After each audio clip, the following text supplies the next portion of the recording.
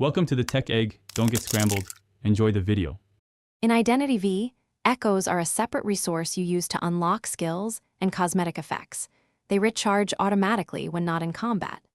Echoes recharge over time in 60 seconds. You can accelerate recharge through consumables and equipment.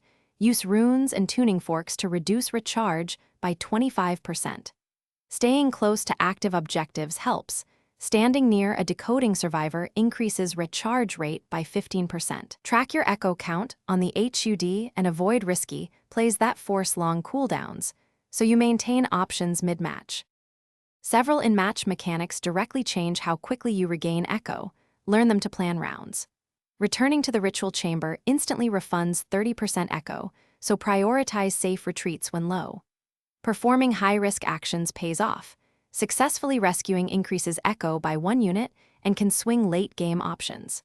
Likewise, using defensive tools like a shelter reduces outgoing damage and preserves echoes by preventing long chases. Keep track of items that grant passive regen and stack them thoughtfully to reach your desired echo thresholds during crucial moments.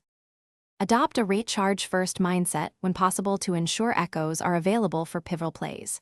Prioritize recharging between chases to reach 3 echoes, which lets you chain abilities later. Build around cooldown reduction. Choose perks and items that reduce skill cooldown by 20% to accelerate recovery cycles.